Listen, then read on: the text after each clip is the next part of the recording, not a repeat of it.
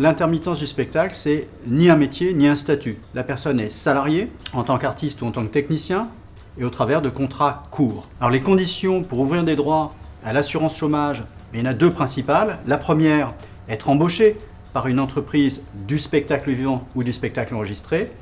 Et la deuxième, c'est d'avoir fait au moins 507 heures sur une période de 12 mois en tant qu'artiste ou en tant que technicien. Pas du tout.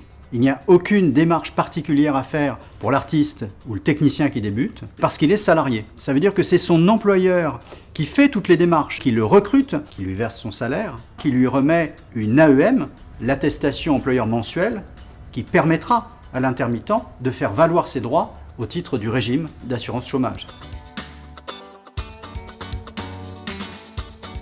La réponse est oui. La réglementation de l'assurance chômage est fondée sur deux textes, des annexes à la Convention générale de l'assurance chômage. L'annexe 8 concerne les techniciens, l'annexe 10 concerne les artistes. En finale, on prendra les heures majoritaires faites en tant qu'artiste ou en tant que technicien, et c'est ce qui déterminera le fait de relever de l'annexe 8 ou de l'annexe 10.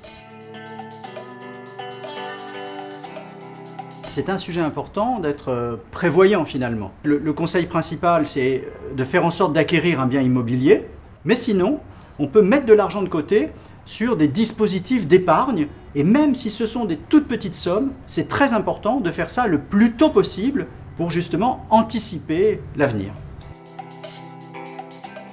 Une entreprise recrute du personnel en fonction de ses besoins. Et il y a deux grandes catégories de besoins. Soit c'est du personnel permanent, soit ce sont des artistes ou des techniciens intermittents du spectacle qui sont recrutés en CDD parce que l'entreprise travaille sur un projet, spectacle vivant ou spectacle enregistré.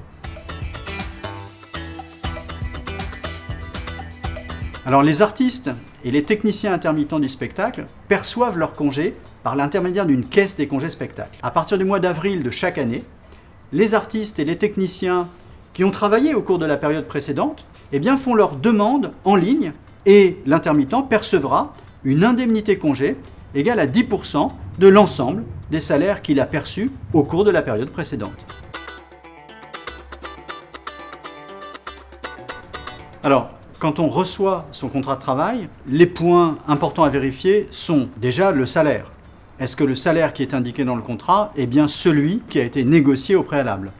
Ensuite, on peut identifier le temps de travail pour éviter toute ambiguïté. Et peut-être le troisième point, ça peut être la fonction. Est-ce que ce qui est marqué sur le contrat de travail au regard de l'emploi est bien ce qui a été convenu avec l'employeur? Et peut-être aussi le lieu de travail.